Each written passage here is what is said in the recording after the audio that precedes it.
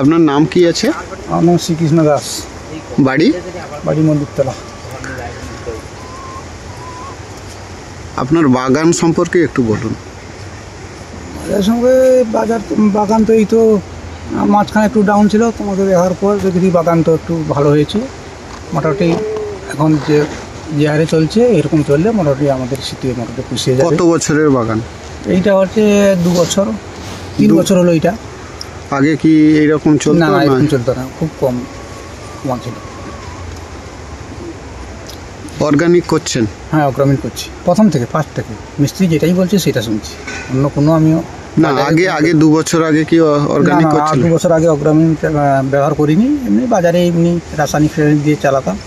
কিন্তু এবারে মিস্ত্রি দেখার পর যেইটা অর্গানিকে চলছে, যেইটা দিচ্ছে সেটাই মারছি আমি। কোনো বাজারে কোনো মানে জৈব কৃষির সঙ্গেই যুক্ত হয়েছেন? কতদিন যুক্ত হয়েছেন? ওই মাস 6। মাস 6-এর মধ্যে কি দেখছেন জীবাণু সার ব্যবহার করে? না, খুব ভালো ডেভেলপ পেয়েছি। কীরকম? ওই তো আমি বিশেষ করে এইটা করার পরে এই যে আমাদের এই পানটা, এই তো আমি 1,10,000 করে মিল নিয়েছি, এবং পরবর্তী দিনে ওই যে পানটা আছে ও আশা করি এরকম হবে। তারপর গরম পড়লে হচ্ছে বেশি হতে পারে, এটা আমার ধারণা। এবং আমি লাভ পেয়েছি বীজাণু, এই সার বেড়ে আমি লাভ করেছি, কোনো অসুবিধা নেই। জীবাণু সারে চলবে? হ্যাঁ বলছেন? হ্যাঁ, সবাই বলছে রাসায়নিক সার ছাড়া। রাসায়নিক সারে কোনো বাড়ি চলে, যারা বলছে তারাও ভুল কথা বলছে। আমার নিজে আমি সার মেরে দেখেছি যে আমার বীজাণু সারে ভালো চলছে, রাসায়নিক চলবে না আমার কাছে। আমি যেটাই চালাচ্ছি ওইটাই চালিয়ে। আগে তো রাসায়নিক করতেন, এত ডেভেলপ হয়েছেন? ডেভেলপ হয়নি, আমার অনেক টাকা দানা হয়ে গেছিল, অনেক টাকা। এবছর মনে হচ্ছে দানা মিটবে? হ্যাঁ, আশা করি তো মেটার সম্ভাবনা বেশি, মিটে যাবে। আপনি দেখছি এখানটায় দিয়েছেন, খড় দিয়েছেন, এটা দিয়ে কি উপকার পেয়েছেন? উপকার বলছে যে ভাটির যে রস ক্ষমতাটা এইটা ধরে গেছে, এবং নোনা ভাগ থেকে অনেকটা উন্নত। আপনার তো নদী সাইডে প্রচুর নোনা হতো, চৈত্র বৈশাখ মাসে প্রচুর নোনা হতো। আচ্ছা। আর নোনার জন্য আমি এই চৈত্র ফাল্গুন মাস থেকে আমি পয়সা পেতাম না, পানে বর্ডার হয়ে যেত, পান হুল চুনা উঠে গেল। এই মুহূর্তে এখনও পর্যন্ত একটা হুল চুনার কোনো প্রবেশ করেনি। আশা করি এই খড় দেওয়ার এর আগে খুব এর ব্যাপারে প্রচুর বিপদ, মানে যা হয়ে গেছে। সবাই বলছে খড় দিলে নোনা উঠবে বেশি, খড়ের নোনা। সে ভুল বলছে, যে বলছে ভুল বলছে। আপনি কারোর পরামর্শ নিয়েছেন? না, পরামর্শ আমি মিস্ত্রির পরামর্শে চলছে। তার নাম কিছু? নাম দীপঙ্কর জানা, বামনখালী বাড়ি। আচ্ছা, উনি যা বলছেন তাই করছেন? উনি যা বলছে, আমি একটা 19-20 করিনি। উনি যেটাই মারতে দিচ্ছে সেটা মারছি, উনি যেটা বলছেন সেটা শুনছি, এর বাইরে আমি যাইনি। উনি কি আপনার বাড়িতে সবসময় আসে?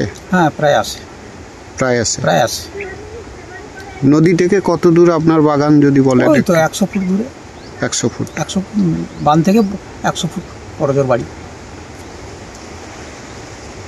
যদি একটু দেখান আপনার বহর কেমন এসছে পানের, যদি একটু দেখান সবাইকে। কীরকম? হাত আঙুল দিয়ে দেখান। হ্যাঁ, চাকর কীরকম? এই তো, আর এইটাও আরো বড় ধরনের, কথাও বড়। এইরকম পুরো বাড়ি না? এইরকম এরকম পুরো বাড়ি। আপনার কত বাগান? আমার মোট এইটা আছে 1,500। আচ্ছা। আর একটা বাড়ি আছে 2,500, ওই 4,000 মতন।